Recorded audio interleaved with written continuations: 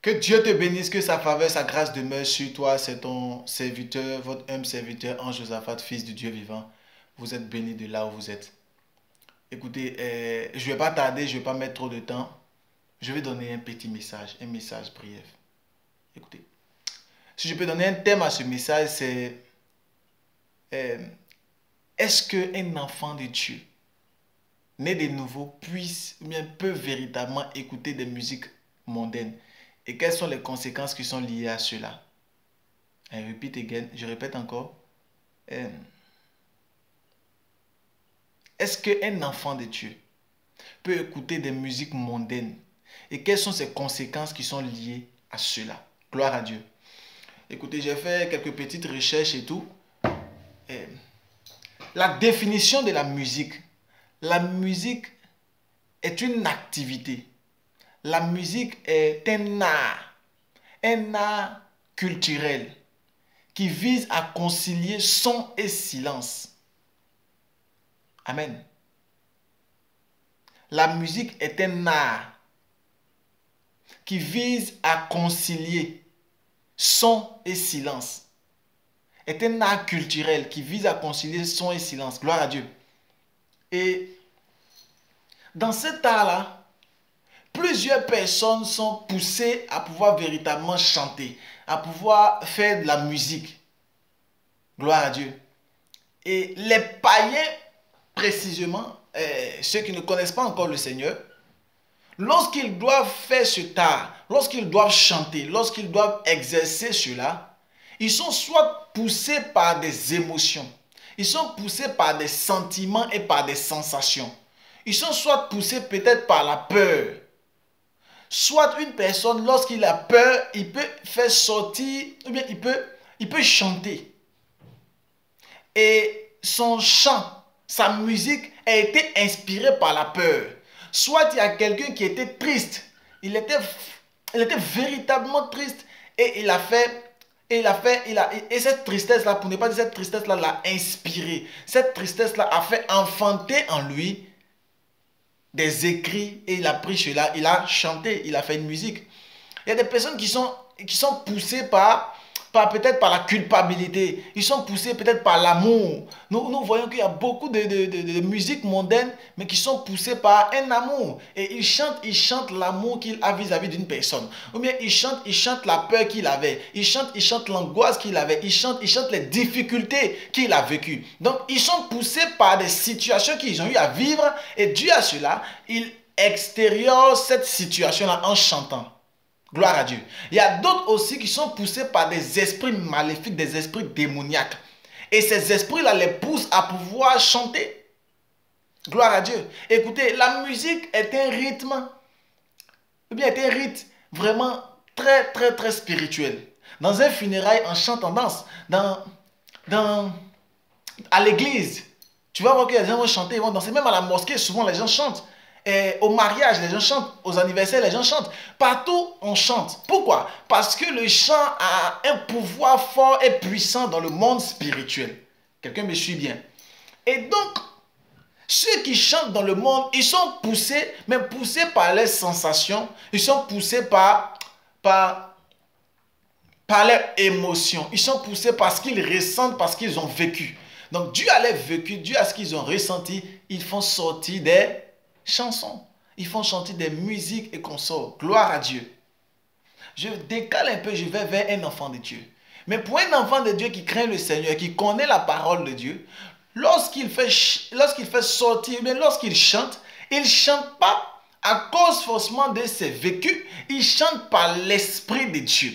Et c'est lorsqu'il chante par l'Esprit de Dieu que l'Esprit de Dieu a la capacité de pouvoir lui faire donner des chants. Gloire à Dieu. Il peut chanter selon les difficultés de la société ou les difficultés de la vie ou les difficultés qu'il a vécues, mais il ne chante pas par sa propre gloire. Il ne chante pas pour sa propre gloire. Il chante cela pour la gloire de Dieu parce qu'il est poussé par l'Esprit de Dieu et c'est cet esprit-là qui fait sortir et qui fait ressortir des chants.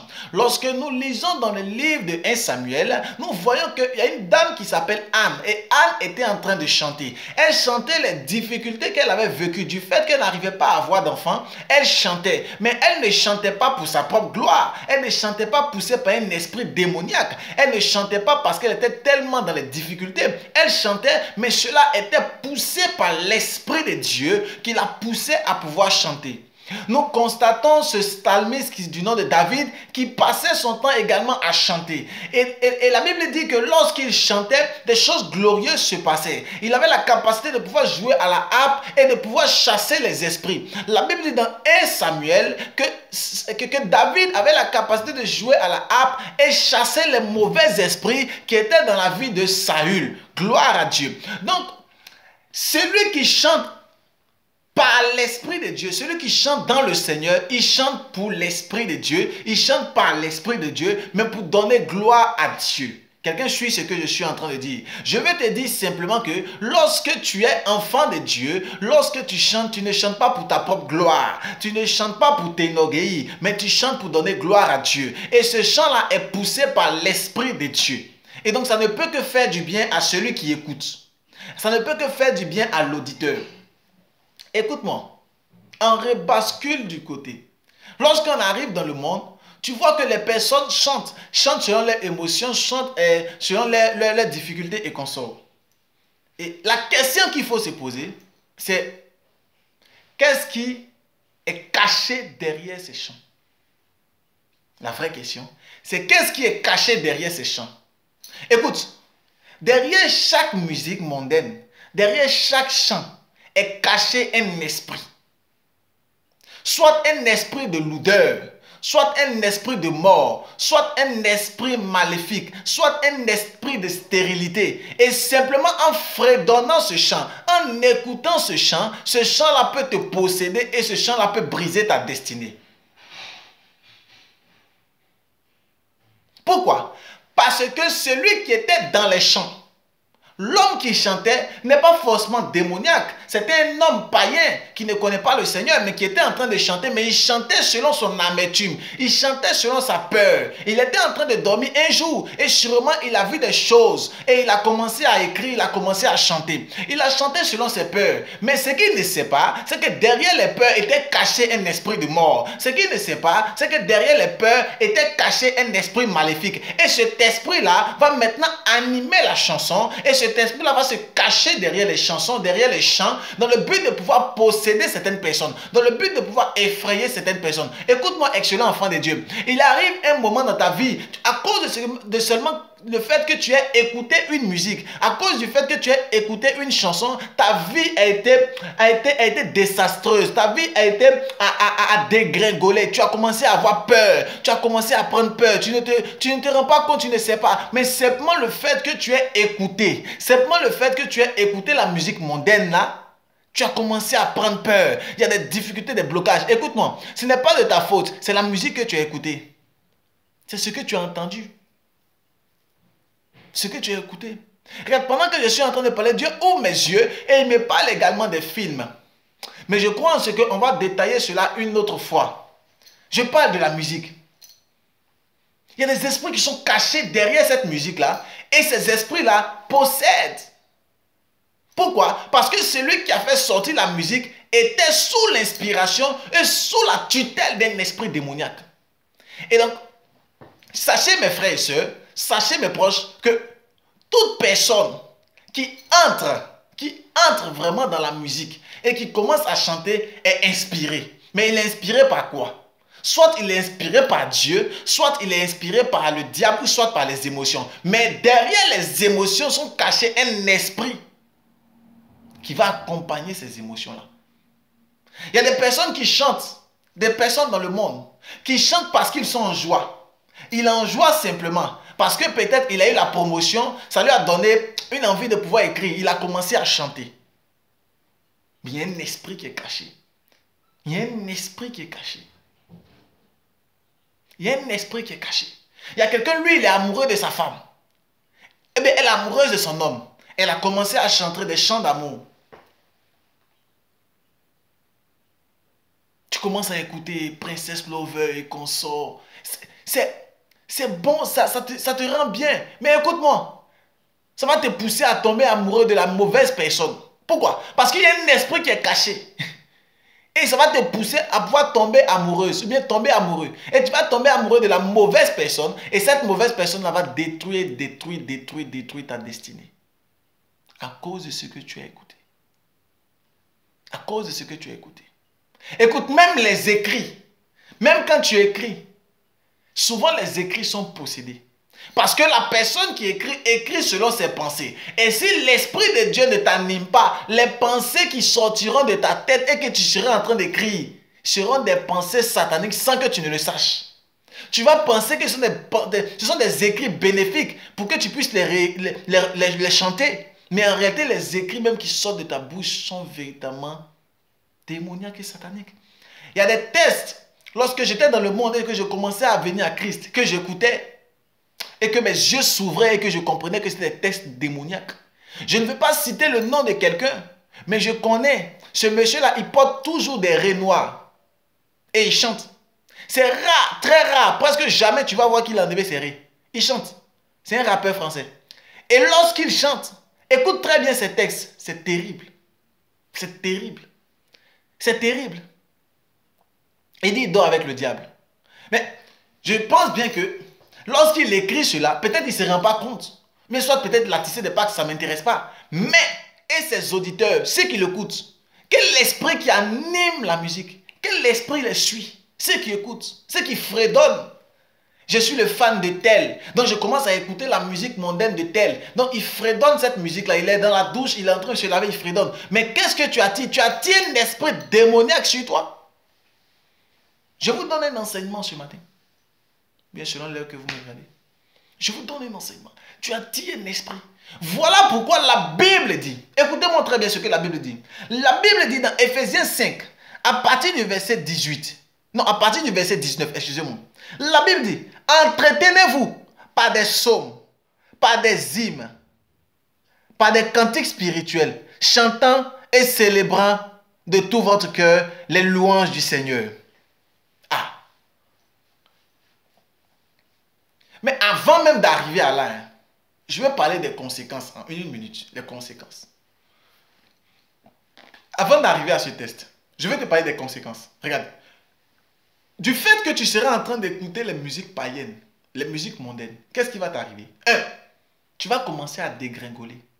Ton esprit va commencer à se pervertir. Ton esprit va commencer à être perverti. Parce que déjà même les chants sont pervers. Et donc tu commences à pervertir ton esprit. Et pendant que tu es en train de parler, tu te pervertis.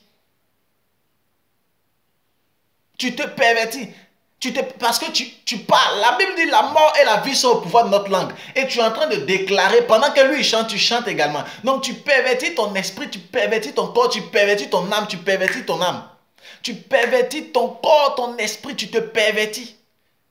La Bible dit dans le livre de 1 Corinthiens 6 à partir du verset 9. La Bible dit, ne vous y trompez pas, ni les infâmes, ni les impudiques, ni les idolâtres. Lorsqu'on parle d'idolâtrie, c'est ça. Le fait que tu es en train de chanter une musique, tu ne sais pas qu'est-ce qui a poussé la personne à chanter, mais tu es en train de le fredonner avec sensation, avec émotion, avec amour. Tu es en train d'entrer dans l'idolâtrie. La Bible dit, ne vous y trompez pas. Ni les impudiques, ni les idolâtres, ni les infâmes, ni les adultères, ni les impudiques n'hériteront du royaume des cieux. Ni les outrageux, ni les cupides. Écoute, lorsque tu commences à écouter ces chants, tu commences à entrer dans ce système-là. Tu entres dans ce système direct. Et tu te détruis à petit feu. Tu te détruis. Simplement parce que tu es en train d'écouter une musique mondaine. Quelqu'un va ne pas prendre cette prédication au sérieux. Ce message au sérieux. Il va dire l'homme de Dieu est en train d'exagérer. Écoute-moi, je ne suis pas en train d'exagérer. Je suis en train de te dire la vérité. Je ne dis pas que tu dois sortir du monde. Car la Bible dit nous sommes dans ce monde. Je ne dis pas que tu dois sortir dans ce monde. Non. Tu es dans ce monde mais tu ne fais pas partie du monde. Comprends cela. Tu es dans mais tu n'es pas du. Tu es dans mais tu n'es pas du. Parce que tu viens d'un royaume céleste. Écoute-moi très bien. L'apôtre Paul dit Tout m'est permis, mais tout n'est pas utile. Tout m'est permis, mais je me laisserai asservir par rien. Parce que ce que tu fais va te détruire et va fermer le ciel au-devant de toi. Fais attention. Les conséquences sont terribles. Le diable ne fait rien au hasard. Regardez toutes les grandes stars qui chantent. Toutes les grandes stars américaines et consorts qui chantent. Elles ont trempé les mains dans quelque chose de démoniaque, de terrible. Et lorsqu'elles trempent les mains dans les Illuminati, les francs-maçons et consorts, et que toi, tu peux écouter la même chose qu'ils sont allés faire, tu écoutes. Tu dis que non, moi je n'ai pas trempé ma main, mais j'écoute parce que ça me plaît. Écoute-moi, excellent enfant de Dieu. Le diable lui-même était un grand adorateur de Dieu. Donc il connaît l'adoration. Mais sauf qu'il a perverti cela. Donc quand tu vas écouter, ça sera toujours bon, ça sera doux dans tes oreilles et consorts. Mais c'est terrible. Parce qu'il y a des esprits qui sont cachés derrière pour venir te pervertir. Fais attention mon frère. Fais attention ma soeur. La Bible dit, dans Ephésiens 5 à partir du verset 19. La Bible dit, entretenez-vous. Voilà ce que tu dois faire. Tu dois t'entretenir par des hymnes, par des psaumes. Quand tu lis la parole de Dieu, tu vois les psaumes. Tu dois t'entretenir par des psaumes. Pourquoi? Parce que les psaumes sont un peu comme des chants. Entretiens-toi par des psaumes, par des hymnes, par des cantiques spirituels. Lorsqu'on parle de cantiques spirituels, on n'a pas parlé de cantiques démoniaques. On ne te parle pas des cantiques sataniques. On ne te parle pas des cantiques mondaines. On dit des cantiques spirituels du Seigneur. Aujourd'hui, maintenant, les chants du Seigneur sont forts et puissants. Si tu vas sur YouTube, tu tapes simplement, tu verras plusieurs. Parce que Dieu a inspiré plusieurs de ses serviteurs, de ses servantes pour pouvoir chanter pour la gloire de Dieu. Pour que cela puisse t'édifier. Là, il dit, entretenez-vous. Parce que Dieu sait que l'homme, dans sa nature, a besoin de pouvoir adorer une divinité. Dieu sait que l'homme, dans sa nature propre, doit célébrer un Dieu. Donc, si tu n'arrives pas à célébrer le Seigneur, tu vas célébrer un autre Dieu. Voilà pourquoi Dieu, sachant cela, il a dit qu'il faut que tu puisses t'entretenir par des hymnes, par des psaumes, par des cantiques spirituels, célébrant, chantant, louant ton Dieu de tout ton cœur. Donc, toi, Dieu te donne l'ordre de pouvoir entrer maintenant dans la louange, de pouvoir entrer dans la célébration, de pouvoir entrer maintenant dans les hymnes, dans les psaumes, de pouvoir chanter le Seigneur. Il te dit cela. Mais il dit qu'il faut le faire dans le Seigneur, avec des hommes et des femmes d'esprit. Pas avec des païens. Parce que ces païens-là vont te détruire. Prends ta Bible. Lis les psaumes. Chante le Seigneur. Écoute des hymnes. Écoute des cantiques spirituels, des louanges. Adore ton Dieu. Cela te rendra bénéfique au niveau de ton esprit, au niveau de ton cœur. L'onction de Dieu va monter en toi. Je te dis la vérité, la gloire de Dieu, l'esprit de Dieu qui est en toi va commencer à grandir. Mais lorsque tu écoutes les musiques païennes, l'esprit de Dieu s'éteint. La Bible dit n'éteignez pas l'esprit. Dans 1 Corinthiens, dans 1 Thessaloniciens chapitre 5, la Bible dit n'éteignez pas l'esprit. Il faut t'entretenir. Et Dieu te mettra au large. Et Dieu te bénira. Et Dieu te rendra grand. Que Dieu te bénisse, que sa faveur, sa grâce demeure sur toi. Baisse la tête, je prie pour toi rapidement. Père éternel, Dieu vivant, Dieu sacré des Hébreux, Père, je prie que cette personne, cette jeune femme qui est en train d'écouter, Père, ce monsieur qui est en train de regarder, pendant que ses mains sont posées, touche-le. Et que toutes les forces satanico-démoniaques qui le poussaient à pouvoir être amoureux des chants, des musiques mondaines, soient ôtées dans le nom de Jésus. Mais que son cœur soit à toi, que son cœur soit attaché à te célébrer et à te louer. Et qu'il célèbre le Seigneur comme le psalmiste David dans le nom de Jésus. Amen. Que Dieu te bénisse. Que sa faveur, sa grâce demeure sur toi. Tu es béni à jamais. Amen.